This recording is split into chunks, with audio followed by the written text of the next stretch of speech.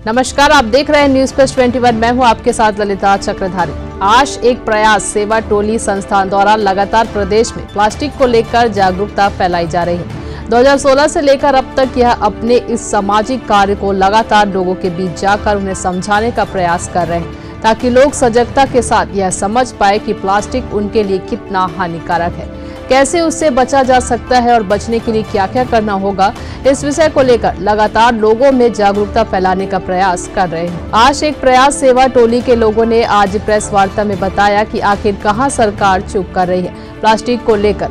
1 जुलाई को जब प्लास्टिक प्रतिबंध हो जाएगा तो व्यापारियों को कौन कौन सी समस्याएं होंगी, साथ ही वर्तमान में जिनको कपड़ों का बैग कहा जा रहा है, दरअसल वह प्लास्टिक का ही एक रूप है। इसको तथ्यात्मक तरीके से समझाने का प्रयास किया। प्लास्टिक की बड़ी बड़ी कंपनियों पूरी तरीके से बंद करने की बजाय यदि उन्हीं कंपनियों में बायोडिग्रेडेबल प्लास्टिक बनाना शुरू कर दिया जाए तो यह एक नया आयाम होगा एवं पर्यावरण सुरक्षा की दृष्टि से एक सफल प्रयास होगा। हमारे संवाददाता अविनाश दुबे ने प्लास्टिक जैसे गंभीर विषय पर पर्यावरण संरक्षण को ध्यान में रखते हुए बड़े ही सहजता के साथ आज टोली के लोगों से बातचीत की। आइए जानते हैं क्या कुछ कहा उन्होंने इस विषय को लेकर। नमस्कार, न्यूज प्लस 21 में आप सभी का स्वागत। नंदन अभिनंदन। लगातार आपने ये देखा है कि पर्यावरण संरक्षण में एक चीज हमेशा खतरनाक रही है, वो है प्लास्टिक। लगातार जो भी सरकारें आती या जाती हैं वो प्लास्टिक को लेकर के हमेशा जागरूकता का अभियान कहीं न कहीं छेड़ती हैं, लेकिन सफल हो पाती हैं या नहीं हो पाती हैं इसकी जानकारी तो आप तक हमेशा पहुंचती ही रही है और आप जानते हैं। लेकिन कौन सा प्लास्टिक खतरनाक है, कौन से प्लास्टिक का यूज होना चाहिए, नहीं होना चाहिए, छत्तीसगढ़ में भी लगातार प्लास्टिक को लेकर के तमाम सवाल उठते रहे हैं और सरकार 1 जुलाई से बंद भी करने वाली है। लेकिन उसमें क्या दिक्कतें आ सकती हैं, क्यों जागरूकता अभियान नहीं फैलाया जा रहा है, इन तमाम विषयों को लेकर के कुछ लोग हमारे साथ मौजूद हैं। आइए बातचीत करते हैं और जानने का प्रयास करते हैं कि आखिरकार इसमें कहाँ समस्या आ रही है। जी बताइए आपका शुभ नाम। मनीष प्रधान, ओक्सो बायोडिग्रेडेबल फेडरेशन का सदस्य हूँ मैं। समस्या सर ये है कि इसका मतलब एक इच्छा शक्ति से पालन नहीं हो पा रहा है।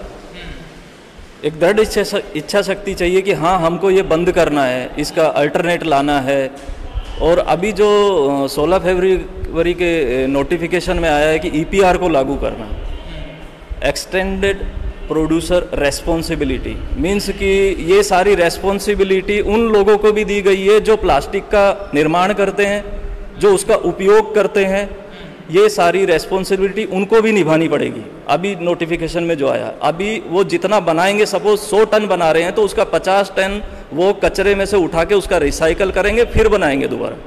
तो उसके लिए सर्टिफिकेट देगा अपना इन्वायरमेंटल विभाग, लेकिन इसके लिए सबसे पहले उनका रजिस्ट्रेशन होना आवश्यक है। यानी बहुत कम ही ऐसे लोग हैं जिनका रजिस्ट्रेशन हो पाया, क्योंकि 1 जुलाई समय भी कम है, आनन फानन में अव्यवस्थाएं भी होंगी और जागरूकता फैलाना, लोग सरकारें जागरूकता सही से नहीं फैला पा रही हैं ताकि लोगों को ये जानकारी हो पाए कि ये जो है समस्या है। सबसे बड़ी कमी यही है जागरूकता की, कि जागरूकता फैलानी चाहिए थी। अभी 1 जुलाई को अचानक से बंद हो जाएगा ये सोच के व्यापारियों को भी बहुत नुकसान होगा और उनको अभी शायद यही नहीं पता कि EPR में रजिस्ट्रेशन कहाँ करना है, उसमें क्या क्या चीज़ों की ज़रूरत होगी। अभी हमने RTI लगाई थी विभाग में, जिसमें हमने ये जानकारी चाहिए थी कि कितने रजिस्टर्ड निर्माता हैं छत्तीसगढ़ में, तो हमें जानकारी में मिला केवल 8।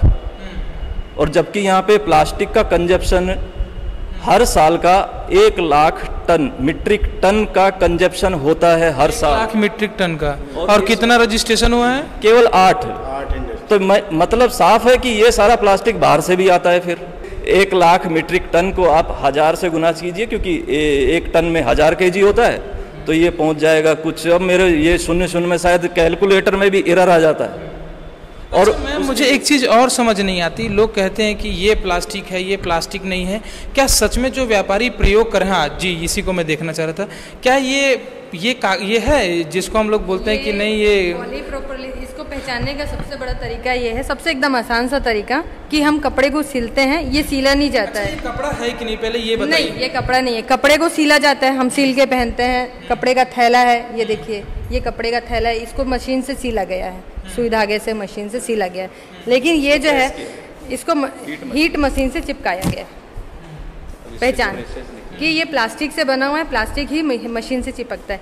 ये जो बारीक बारीक जो इसके रेशे हैं जो हमको दिखाई नहीं देते हैं, ये ना धूप में पड़े पड़े ये रेशे बिखर जाते हैं, पानी में पड़े पड़े बिखर जाते हैं। हम सोचते हैं कि ये डिस्पोज हो गया, ये ख़त्म हो गया, लोगों को यही पता है कि ये डिस्पोज हो जाता है, पर ये रेशे बिखर जाते हैं जिसकी वजह से ना ये फिर हमारे पानी के सोर्स में, जो हम पानी का जो बोर पीते हैं ना, बोर का जो पानी पीते हैं वो है हमारे कुएं के पानी में, और तो और फिर ये हमारे क्या बोलते हैं खाने की जो प्रणाली है, चैन सिस्टम जो खाने का जो है उसके थ्रू ये हमारी बॉडी में भी चले जाता है, हमारे पर्यावरण में, जमीन में है, हर जगह है ये कैंसर का बहुत बड़ा कैंसर का एक बड़ा समस्या इससे उत्पन्न हो सकता है हमारे राज्य में। लेकिन अभी तक के इसको कहीं से जब्ती की कार्यवाही नहीं करी गई है। किस लिए नहीं करी गई है समझ में नहीं आता है। मैंने सूचना के अधिकार के तहत नगर पंचायत से, नगर निगम रायपुर अपने नगर निगम से जानकारी चाहिए थी, तो उन्होंने मना कर बिल्कुल लगाया था। जो आप लोगों ने ये चित्र सहित बताया गया है कि ये नॉन वुवेन है, पॉलीप्रोपरलीन से बना हुआ है, और चित्र सहित इन सभी थैले को बैन किया गया है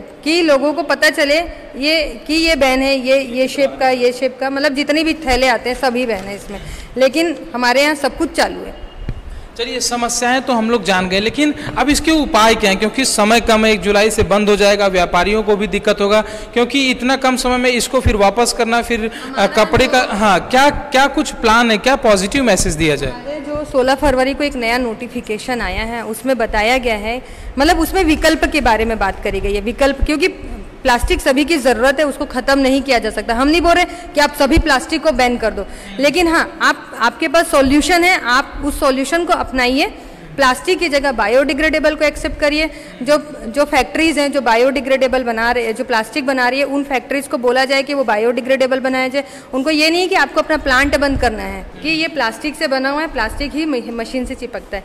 ये जो बारीक बारीक जो इसके रेशे हैं जो हमको दिखाई नहीं देते हैं, ये ना धूप में पड़े पड़े ये रेशे बिखर जाते हैं, पानी में पड़े पड़े बिखर जाते हैं। हम सोचते हैं कि ये डिस्पोज हो गया, ये ख़त्म हो गया, लोगों को यही पता है कि ये डिस्पोज हो जाता है, पर ये रेशे बिखर जाते हैं जिसकी वजह से ना ये फिर हमारे पानी के सोर्स में, जो हम पानी का जो बोर पीते हैं ना, बोर का जो पानी पीते हैं वो है हमारे कुएं के पानी में, और तो और फिर ये हमारे क्या बोलते हैं खाने की जो प्रणाली है, चैन सिस्टम जो खाने का जो है उसके थ्रू ये हमारी बॉडी में भी चले जाता है, हमारे पर्यावरण में, जमीन में है, हर जगह है ये कैंसर का बहुत बड़ा कैंसर का एक बड़ा समस्या इससे उत्पन्न हो सकता है हमारे राज्य में। लेकिन अभी तक के इसको कहीं से जब्ती की कार्यवाही नहीं करी गई है। किस लिए नहीं करी गई है समझ में नहीं आता है। मैंने सूचना के अधिकार के तहत नगर पंचायत से, नगर निगम रायपुर अपने नगर निगम से जानकारी चाहिए थी, तो उन्होंने मना कर बिल्कुल लगाया था। जो आप लोगों ने ये चित्र सहित बताया गया है कि ये नॉन वुवेन है, पॉलीप्रोपरलीन से बना हुआ है, और चित्र सहित इन सभी थैले को बैन किया गया है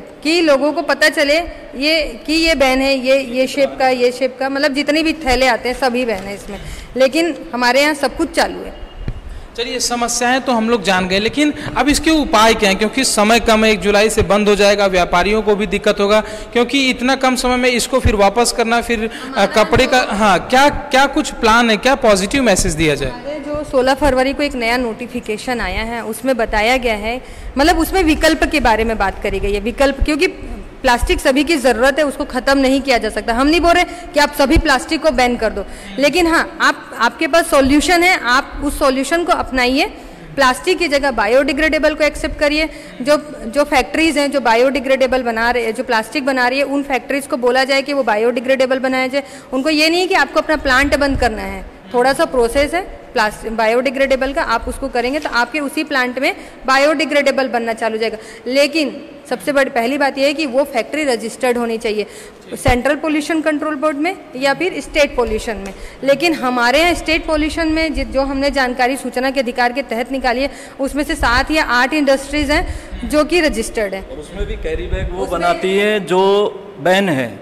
दो मैन्युफैक्चरर ऐसे हैं जो पीपी बैग्स और नॉन वन बैग्स बनाते हैं, आज तक उन पे कोई कार्रवाई नहीं, और 3000 मीट्रिक टन बनाता है एक तो, और वो अपने लेटर पैड पे लिख के जानकारी दे रहे हैं।